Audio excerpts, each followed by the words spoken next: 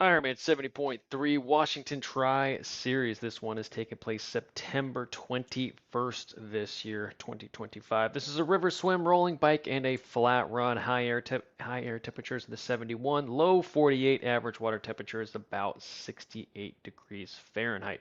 Let's dive into some course insights for you. Starting off with our swim right here. Our swim is pretty straightforward. It's a downriver swim. Don't really overthink it out here. You do have some zigging and zagging to do. If you look back at one of the pages that we just saw, you'll see there is a little zig and zagging out there out on course, but it looks like everyone keeps in tight and everyone's kind of forced into areas and they can't really escape the grasp of the race. Only really technical bit of the swim is this area right through here. We do have to take a right-hand turn and we do have to navigate our way in there. If we take a look at our bike map, this is our area that we are talking about. Right here, we're going to do a zig and a zag right through here, finishing right there. So that is the real big sighting issue out on the course. An issue is, a strong word for that. But that is the really technical bit on course is the finish area. So a lot of people will kind of have a slower time from this last, let's call it 100 meters right here. Make sure you are navigating it appropriately on race day. Check out the buoys and the race morning, and from there you should get a pretty good sense of what is about to happen. So that's our swim really done and dusted. Also keep in mind that there is, you do have that's the finish, and this is our start over here. So I would assume shuttles are going to be taking you up the road on race morning. So make sure you plan for that to get out of transition a little bit earlier than you may originally have planned for. So just another pro tip for you. All right, moving on to our bike. Bike is a little unique here. We have kind of a tale of two cities out here. We have the city area right through here, right? And then we slowly start to get out of it and we get the wine country over here, the place that everyone really is talking about, the place that a lot of people really want to do this race for. And then you kind of go back into civilization again. So there's kind of two different ways that you need to ride this. The first is kind of city riding. It's very, if anyone's done city riding before, it's really aggressive. There's lots to think about. You got to keep an eye out for twists and turns. Speaking of those twists and turns, you might want to watch your explosiveness coming out of those turns, especially on this first little section right through here. You can see there's a lot of availability for you to really kind of gun it, really explode out of the corners. It's early in the race. It's a kind of a triple whammy right here, so be very careful the early stages in your race. And after that, it's really straightforward. After that, we go back up, we come back down, and then it gets a little technical right in here, and that starts our technical bits. The course does look, and if we go back out here, we zoom out of our swim breakdown over here, the course does look like this. We do have 1, 2, 3 areas where we do have train track crossings, so I would also recommend if you are doing this race for you to go out and observe those places on the map where you are going to be crossing those so you can plan to attack them appropriately. Like this one, this is one of the ones that I would definitely take a look at right here. We have a right-hand turn and immediate train tracks right there. Uh, Anyone that's ridden over them knows you want to go over them perpendicular, as perpendicular as possible, because this happens right at a turn. You do have the possibility to go over this a little more parallel than you would like. So again, really, really important for you to be aware of this position out on race day. Also, compounding that with other people around you and other race day dynamics, that could be an area of big concern for you. The other ones aren't super crazy. The last one, this one happens right here, coming back into town. You're going straight forward anyways. They do come out of little curves. You might want to go out towards the middle of the road and dive back in. But again, make sure that they are appropriately riding with safety and that no one is around you. This second one out on course, you pretty much just roll straight over it. So happy days there, but I would still take a look at it and plan to know where that is on race day. All right. Speaking of wind, all right, this is our biking area right here. So I've zoomed out quite a bit so you can see what is really happening out here. And we're going to talk about a fictitious scenario that's going to happen on race day. But just know that the winds are going to be swirling. We got this over here so you can see that. And as we're cycling through here, you can see that that is the case on most days. It is swirling, it's going a direction, and then it swoops up and down and around. And this one is a great example of a nice swirl on race day. Be careful of this just because the weather is going one direction. I would definitely take a look at this map and reference this and see what is actually happening on race day. I would plan for wind to be coming from most directions out there on race day, not just one specific way. Also, compounding that issue is we have a lot of zigs and zags. We're going pretty much every single direction at least once out here on race day, so it's going to kind of complicate it a bit more. 8 stations out on course. We do have, we have a little issue here. 8 stations out on course. We have our first aid station happening right here, our second one happening right here, and our third one happening right here. What that looks like on the bike course that we have designed is first one at about mile 14-ish, second one at about 32, and then third one at about mile 44 and a half, 44, maybe a little bit more, 44.8-ish, right through there.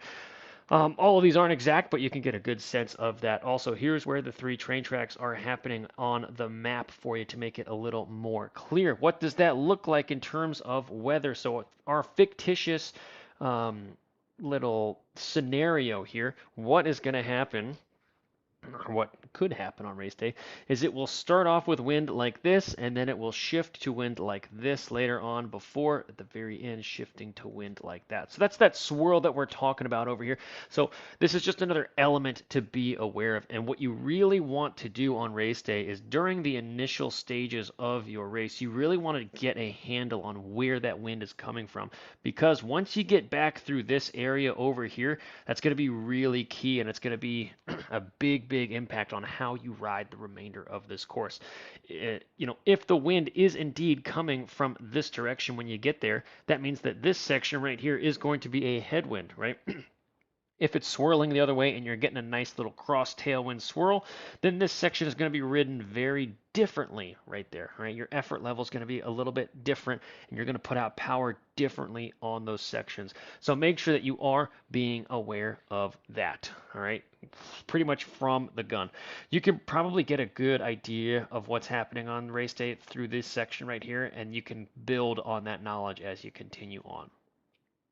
So our power plan for this race, this is an athlete's got about 240, 245 FTP. They're planning to finish at about 245 time. They weigh about 140 or 155 pounds. You can see that that 240 is around where their FTP is, and we are going to spend a decent amount of time through their FTP area. 1, 2, 3, 4, 5, 6 times we are approaching that FTP thing. If we talk about the climbs on course and we highlight all of these guys, you could see here that we're going to be spending a good duration of time in that FTP zone right here. We are going to start that at about 12.5 miles, and that's going to last until 14 miles here. So this is kind of the big bugaboo on course, but we also have one preceding that at about the 9-mile mark, lasting until about the 10-mile mark here. 2 more out on course that we're really going to push out there, but keep in mind that everyone else is going to be doing the same thing. So if you are going for those podium positions, you're going to have to focus on these 4 areas, but also some other areas as well thrown into the mix. So where do these stand in terms of elevation? So let's go back to our course here and let's switch it so everyone gets a nice little range and representation of what we're going to get. So the first one is definitely this one right here. This is our climb. That athlete's going to take about 7 minutes to climb that one. Our first one's right through here. Second one is here. Third one, I believe, is here, and fourth one is right here. If we double check our thing here, where'd it go? Yep, right here, right there. So these are our 4 climbs that we are really going to be focusing on and driving the power up on race day. You'll also notice that you are going to experience, or I experience, a little bit of GPS bumps right through here. So that means that these aren't exactly the most accurate. This course has about 2,100 feet of elevation gain. This course has about 1,700 feet of elevation gain, and this is the GPS, like more estimation, the smoothing, all that fun stuff. So I would probably go with something like this. I believe on their site, if we look at theirs, they have about 2,000. So it's comparable. It's pretty accurate right here. So nothing to really write home about there. And again, as we start out, right? I know I'm jumping around a lot. I'm going to stop jumping in a second. We're going to highlight these first, let's call it 18, 17 miles out here. These first 10 miles for this athlete, they're going to be going at about 200. So we're at their tempo area, right? That is by design. You don't want to come out of the gates flying. You don't want to do these first 9.5 miles at your FTP because you also have these two monsters to climb out here, monsters in relative terms, but you get what I'm saying, right?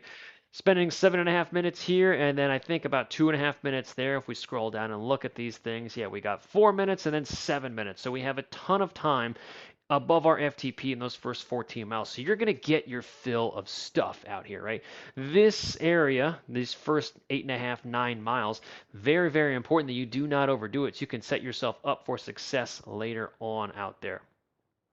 If you do reference the speed out here, we are slowly building up over here. We are maintaining, right? And then we're going to slowly build again through the finish. So if we really overdo it in this section, you're going to pay the price during the one of the most essential times of the race, right? And who knows if you're going to really be ready to go again here. Speaking of this section, this is another area where you need to be on your P's and Q's. Again, think back to our early start. We had 201, 205. Up here, we're back to a 207, 210-ish, right through there. It does drop down a little bit because our elevation does drop down a little bit, but your speed should still be high if we are referencing speed. So think back to over here, and I'm going to get rid of elevation so we can get a better handle on that. I'm also going to get rid of power here. So our speed does climb up, as you can see.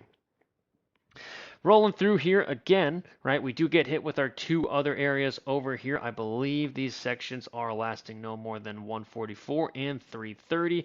So plan to really be able to rock and roll again up here. We're not done yet because our elevation does continue to rise as we progress through here. And your power is going to be kind of all over the place. And let's highlight this section over here because this is going to be one of the more technical aspects of our course. If you're looking at the map, we've zoomed in, we're going down and then back up. So we got over, down, and up. So you're going to be doing 3 different directions.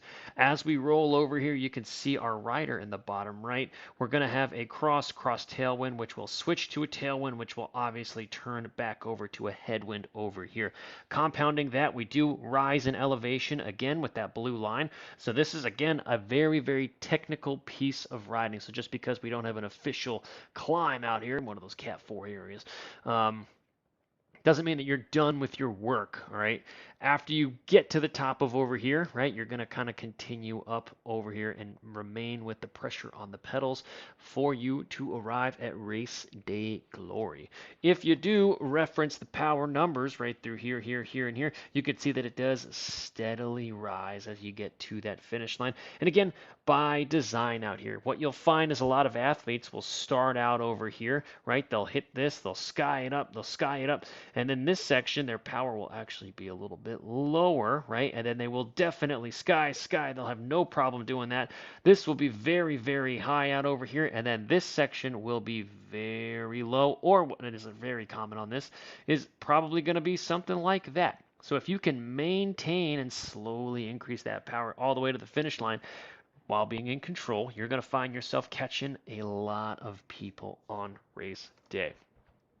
Scrolling back up here, what does that look like for us? So first, let's stick it in our zones right here of our 6-zone model. You're going to find a ton of time in that zone 3, of course, 70.3, of course.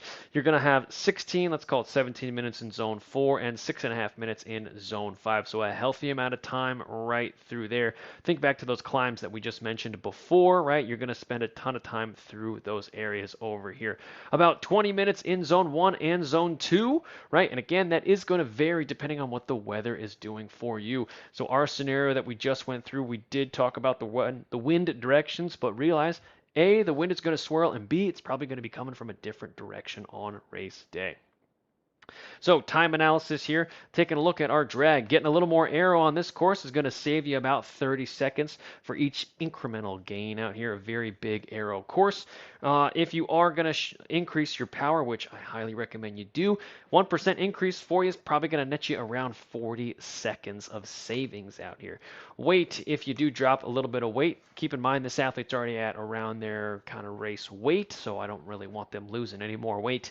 Then they are going to be gaining, or saving, that's probably a better word, saving about 13 seconds out here. If you have a little bit of weight to lose, that you're probably going to get impacted with that a little bit better. You're going to have better correlations with that. Rolling resistance, improving it slightly is going to net you 7 seconds over the course of the course. So if it was me on this course, what I would be focusing on is improving my aero gains if I haven't already. I would also be bumping up my FTP weight. If you're not around race weight, I'd kind of keep that there. I wouldn't really focus on that. And I would maybe improve my rolling resistance out here. Keep in mind that those train tracks do exist out here. The road conditions might not always be stellar out here just because you're riding through a variety of terrains and things like that. There's going to be great roads. There's going to be okay roads. It's going to be a mix of stuff out here on race day. So that's what I would be focusing on. And if you didn't even really, increase your rolling or save with your rolling resistance out here, you're still looking at an opportunity to save about 2 minutes. If you are already aero certified, then you're saving about 1 minute and 24 with the 2% gain out there. So incremental gains do add up on this course, big, big, big time. All right, going back to our course over here, switching to our run. Rolling down over here, this is a one loop run. So we have a unique course out here. We have a point-to-point swim, a one loop bike, and a one loop run out here. Very unique to see that at this day. Love to see it. This course has about 120 feet according to their estimation gains. On ours, we have a little bit more, but I would probably have to agree with theirs a little bit more. When we roll over the map, you'll see that it is jumping quite a bit. We have a lot of GPS jumps out here, which is creating false elevation gains. So if you do create this course yourself, you'll likely have similar results because we created this, I think it's July 16th that we are recording this. So take it with a grain of salt, all right?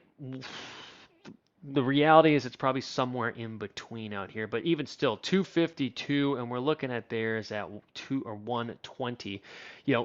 Either way, it's still not a lot of elevation gain. You're going to find that you do have a little bit more shade cover on this course than in other courses out here. If you do scroll over here, right, and we are going to dive into some areas here for you, you could see that a lot of this time is going to be spent running on the paths out here. So this is a great example, right? That's the path coming back in. This is the road that will be coming on the way out in this certain instance out here. Another area that I did want to jump over here for you is we don't even have to look at the street view, but you can see that this takes it all the way out and comes back. In reality, you are going to be looping here a little bit more naturally out here. You're not going to have to do a point and then turn around. Just something to be aware of. This is a great example over here. When we do dive in over here, you can see, I can get it for you guys. So this is the path, right? This is the road, and this is the path that we will be running on. So not a lot of cover on the way out. More cover on the way back pretty much is what you're going to run into for the majority of this race, right? Aid stations, this is what your course is likely going to look like with aid 1, 2, 3, 4, 5, 6, 7, 8, 9, 10, and 11 aid stations out here on race day. They'll probably sneak in one more if they make the top one double-sided, but I would assume that that is not going to be the case. So with this aid, right, you know that you're going to have more cover on the way back in. It's going to be hotter coming back in. All things leading to greatness for the run. So the run is going to be really hampered by what you did on the bike on this course out here. If you are really flying out of the gates over here, you are going to have a opportunity to really overdo it. So just be careful, right? We know that there is a couple of elevation bumps, not as severe as this. What that means is starting out on this race course, you have a 0.3 mile hill right out of the gate here. Not a lot but it does come right at the beginning. So a lot of athletes are going to come out of transition ready to fly. Be careful. Watch out for this little bump out here. I would use this as an opportunity to check in with yourself. If you're running with power, it's a perfect opportunity to view how much power you're putting out, what's going on with your body, and if you need to change or regulate anything on top of that. A lot of athletes will really overdo it and not really think about anything during this section. And this is probably the longest speech for a 0.3 miles run entrance on a course ever, right? But this is very, very important, very critical, right? Less and less courses have that run out with a little bump up. So be aware of that. That's a great just secondary, like, hey, this is what's going on. Don't skip it. Pay attention to what your body's telling you out here. As you progress out here, it's pretty hunky-dory out here. You do have some zigs and zags to watch out for. Similar to the bike, when you do these turns and little lefts and rights, make sure you're not exploding out of these turns. Make sure you are cutting these corners tight just to kind of shave off some distance and keep that momentum up. One of the worst things you can do out here is make a turn an actual turn out there, so you have to really slow down and then really speed up. Of course, you want to maintain that speed. Similar to the bike, watch out for people coming up behind you. If there are faster athletes, you are going to be running on a path. There's going to probably be a lot of people together here trying to all do the same thing. So just be careful that way, all right? A couple of areas where we do want to watch out. The one that I already talked about is this section right here. Even though we are running more natural, super shoe wearers beware, right? Anytime you are doing this with like a U-turn or a tight turn, you do have the probability to roll your ankle a little bit more since the stack heights have become ridiculous on those run shoes. So watch out for that. Be very, very careful there. Another area to watch out for here and here, all right? Just be aware on race day. You don't really have to overdo it. And again, don't make a turn a turn. Try to shave some of that distance off, kind of like a race car, right? And that's our run. You really want to set yourself up for success on the way back in. Steady downhill on the way back in. You do have a slight uphill grade on the way out, courtesy of a couple of hills, right? But for the most part, it's pretty flat. Max grade on ours is 2.8%, and I would have probably argue that it's a little bit less than that in reality. So again, you're likely going to be hampered by what you did on the bike out here. If you're a really stronger biker and a really weaker runner, you might want to put a couple of more eggs into that bike basket, or you could save a couple and put them more in the run basket. But that is up to you right now, and you're training because we have a little bit of time to get ready for this race. Which leads me to my next point. If you are interested in coaching or any individual coaching needs or coaching consultations leading up to this race, seeing how you could attack this course to get your PR or Ironman qualifications, please reach out. Contact info is down below. Be happy to help you. We've helped a number of athletes this year, so I would love to continue the trend and see more and more people qualify through our helpful tips and tricks out here. So good luck to everybody this year. 2025 70.3 Washington Tri-Series. Good luck. Have a blast, everyone. A very, very popular course. Very fun one.